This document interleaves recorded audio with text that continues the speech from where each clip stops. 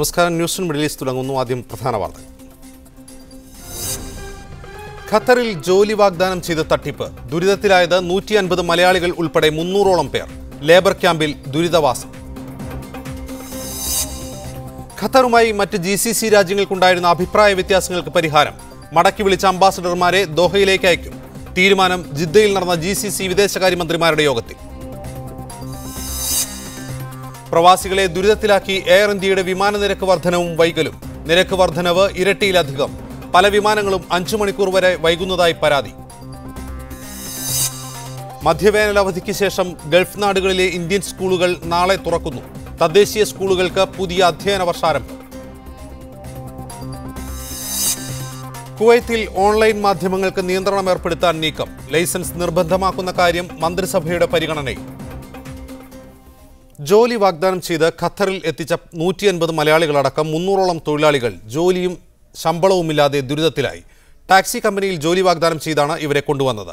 2 മാസമായി ഇവരെ മതിയായ സൗകര്യങ്ങളില്ലാത്ത ഒരു ക്യാമ്പിൽ പാർപ്പിച്ചിരിക്കുകയാണ്. പുതുതായി തുടങ്ങുന്ന ടാക്സി കമ്പനിയിലേക്ക് ജോലി വാഗ്ദാനം ചെയ്താണ് തിരുവനന്തപുരം, കൊച്ചി എന്നിവിടങ്ങളിൽ നിന്ന് 150ഓളം മലയാളികളെ ഖത്തറിലേക്ക് കൊണ്ടുവന്നത്. ഇവർക്ക് പുറമെ നേപ്പാൾ, ബംഗ്ലാദേശ് എന്നിവിടങ്ങളിൽ നിന്നും കമ്പനി തൊഴിലാളികളെ റിക്രൂട്ട് ചെയ്തിട്ടുണ്ട്. എന്നാൽ ഖത്തറിലെത്തി 2 മാസം കഴിഞ്ഞിട്ടും ഇവർക്ക് ജോലി നൽകേണ്ടുന്ന സ്ഥാപനം പ്രവർത്തനം ആരംഭിച്ചിട്ടില്ല. നാട്ടിൽ നിന്ന് വരുമ്പോൾ വലിയ ശമ്പളം വാഗ്ദാനം ചെയ്തിരുന്നെങ്കിലും ലൈസൻസ് എടുക്കുന്നതിനും മറ്റുമായി വൻതുക കമ്പനിയിലേക്ക് അടക്കണമെന്നാണ് ഇപ്പോൾ ആവശ്യപ്പെടുന്നത്. ലൈസൻസിൻ്റെ ക്യാഷ് അഡ്വാൻസ് ആയിട്ട് ട്രാവൽസുകാർ മേടിച്ചിരുന്നു.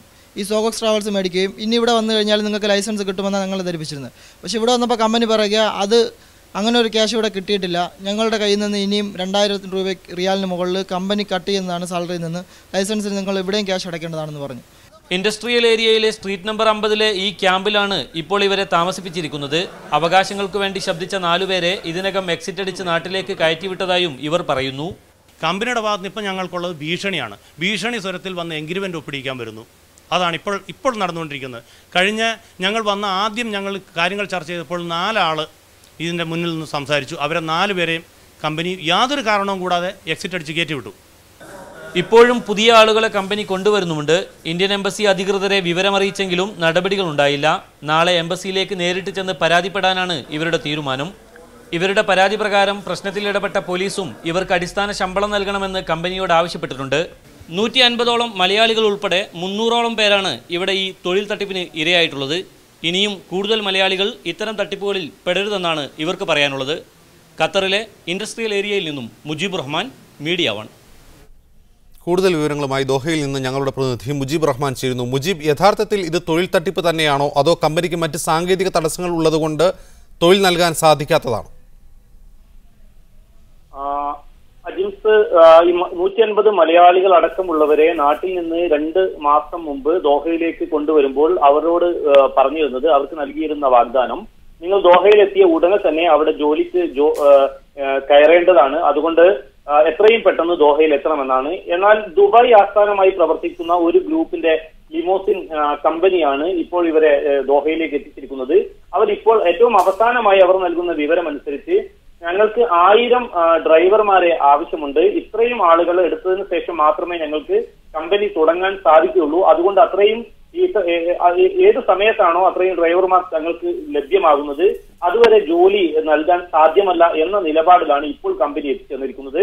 ഇവർ പലരും നാട്ടിൽ നിന്ന് വരുമ്പോൾ തിരുവനന്തപുരത്തെയും എറണാകുളത്തെയും ഒരു ട്രാവൽസ് മുഖേനയാണ് ദോഹയിലേക്ക് ജോലി തേടി ഇവർ എത്തിയിരിക്കുന്നത്. ആ ട്രാവൽസുകാർക്ക് 70,000 രൂപ വീതം ഇവർ നൽകിയിരുന്നു. അപ്പോൾ ദോഹയിലെത്തി ഒരു ഡ്രൈവിംഗ് ലൈസൻസ് തരപ്പെടുത്തേണ്ടതുണ്ട്.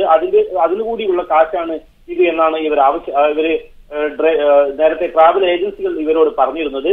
എന്നാൽ ഇവിടെ എത്തിയ സമയത്ത് ഡ്രൈവിംഗ് ലൈസൻസ് നിങ്ങൾക്ക് എടുക്കാവുന്നതാണ്, അതേസമയം 2000 റിയാലിന് അധികം വരുന്ന സംഖ്യ നിങ്ങൾ അതിനായി കമ്പനിക്ക് അടക്കേണ്ടതാണ്. ഈ സംഖ്യ ഇപ്പോൾ കമ്പനി നിങ്ങൾക്ക് നൽകുകയാണെങ്കിൽ തന്നെ ജോലി നൽകിയതിനു ശേഷം അത് നിങ്ങളുടെ ശമ്പളത്തിൽ നിന്നും തിരിച്ചു പിടിക്കുന്നതാണ് എന്ന അർത്ഥത്തിലുള്ള ഒരു വാർത്തയാണ് ഇവർക്ക് ലഭ്യമായിരിക്കുന്നത്. ഇത് ഇവർക്ക് ഇപ്പോൾ തന്നെ ശമ്പളമില്ലാതെ 2 മാസം കഴിയേണ്ടി വന്നു. മാസം 100 രൂപ ഭക്ഷണത്തിന് എന്ന നിരക്ക് ഇപ്പോൾ ഇവർക്ക് നൽകുന്നുണ്ട്. ഒരു 4 നില കെട്ടിടത്തിലാണ് ഇപ്പോൾ ഈ തൊഴിലാളികളെ താമസിപ്പിച്ചിരിക്കുന്നത്. 8 പേരടക്കം ഒരു റൂമിൽ 8ഉം അതുപോലെ തന്നെ 6, 7 ഒക്കെ ആളുകളാണ് ഇപ്പോൾ ഓരോ റൂമുകളിലായിട്ട് കഴിഞ്ഞുകൊണ്ടിരിക്കുന്നത്. ഇവർക്ക് ജോലിയില്ല എന്നതൊരു പ്രശ്നം, അതോടൊപ്പം തന്നെ മതിയായ സൗകര്യങ്ങളില്ല എന്നത് മറ്റൊരു പ്രശ്നം. ഇത് മാനസികമായി പല ആളുകളും വലിയ പ്രയാസങ്ങളായിരിക്കുന്നു. ഇതിനിടയ്ക്ക് 1-2 ആളുകൾ ആത്മഹത്യാ ശ്രമങ്ങൾ നടത്തിയിരുന്നു. കെട്ടിടത്തിന് മുകളിൽ നിന്ന് താഴേക്ക് ചാടാൻ ശ്രമിച്ച ആളുകളെ കൂടെയുള്ള തൊഴിലാളികൾ പിന്തിരിപ്പിക്കുകയായിരുന്നു. ഇതിനിടയിലാണ് കമ്പനി മാനേജർമാരുമായിട്ട് കാര്യങ്ങൾ സംസാരിക്കാൻ ഇവർ തീരുമാനിച്ചത്. ഈ സംസാരത്തിനിടയിൽ വലിയ അവകാശങ്ങൾക്ക് വേണ്ടി ശബ്ദിച്ച ആളുകളെ 4 പേരെ പിറ്റേ ദിവസം തന്നെ നാട്ടിലേക്ക് കയറ്റിവിട്ടു. ഇപ്പോൾ ഇവരുടെ ആവശ്യങ്ങൾ ഉന്നയിക്കാൻ മുൻപന്തിയിൽ നിൽക്കുന്ന 5 പേരെ കൂടി നാട്ടിലേക്ക് കയറ്റിവിടുമെന്ന ഭീഷണിയാണ് കമ്പനിയുടെ ഭാഗത്തുനിന്നുണ്ടായിരിക്കുന്നത്. ഇതിനിടയിൽ ഒരു മലയാളി ഏജന്റ് കൂടിയുണ്ട്. അദ്ദേഹം ദോഹയിൽ തന്നെയുണ്ട്. അദ്ദേഹവും ഈ വന്നിരിക്കുന്ന തൊഴിലാളികളോട് ഇത്തരത്തിൽ വളരെ മോശമായ രീതിയിലാണ് പെരുമാറിയത് എന്ന് മുജീബ്, പോലീസ് ഇടപെട്ട് തൊഴിലാളികൾക്ക് അടിസ്ഥാന ശമ്പളം നൽകണമെന്ന് നിർദ്ദേശിച്ചിട്ടുണ്ട്. ആ നിർദ്ദേശം അവഗണിക്കാൻ കമ്പനിക്ക് കഴിയുമോ? മറ്റെന്തൊക്കെ ചെയ്യാനാണ് സാധിക്കുക? സാമൂഹ്യ പ്രവർത്തകർ ഈ വിഷയത്തിൽ ഇടപെട്ടിട്ടുണ്ടോ?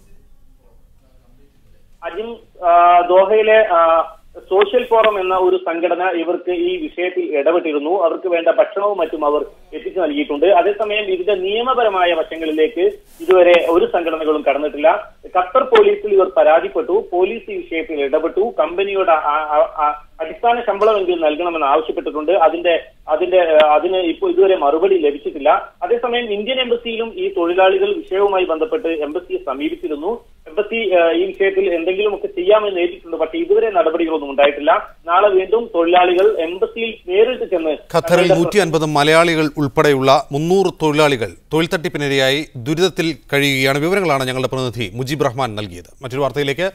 ഖത്തറും മറ്റ് GCC രാജ്യങ്ങളുമായുള്ള നയതന്ത്ര ബന്ധത്തിൽ മഞ്ഞുരുകൽ.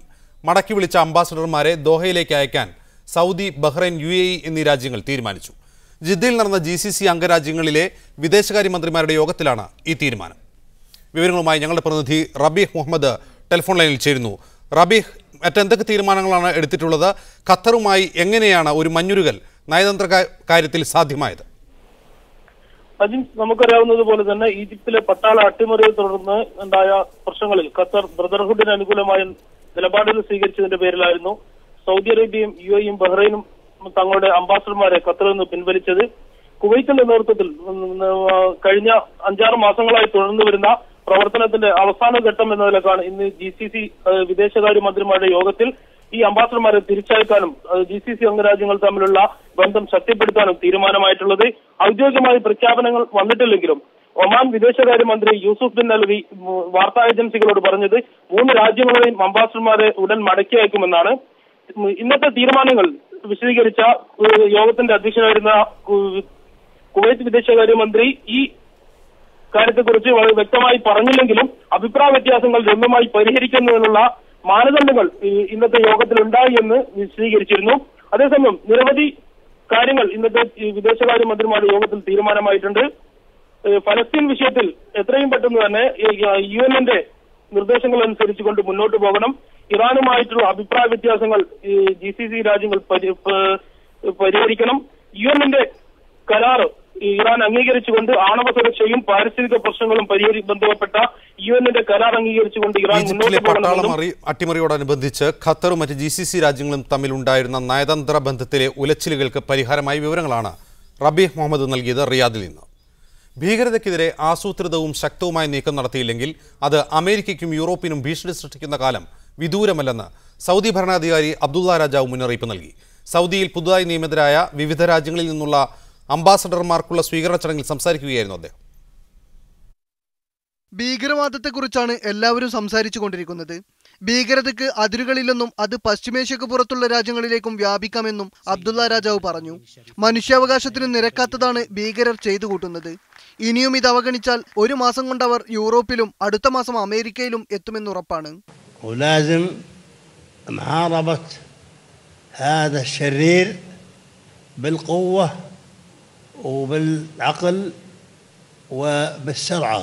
ഭീകരതയുടെ വിഷയത്തിൽ സൗദിയുടെ ആഹ്വാനങ്ങൾ രാഷ്ട്ര നേതാക്കൾ വിലമതിക്കാറുണ്ടെന്ന് പറഞ്ഞ രാജാവ് തന്റെ മുന്നറിയിപ്പ് സ്വന്തം രാഷ്ട്രസാരഥികൾക്ക് കൈമാറാൻ വിവിധ രാജ്യങ്ങളിലെ സ്ഥാനപതിമാരോട് ആവശ്യപ്പെടുകയും ചെയ്തു.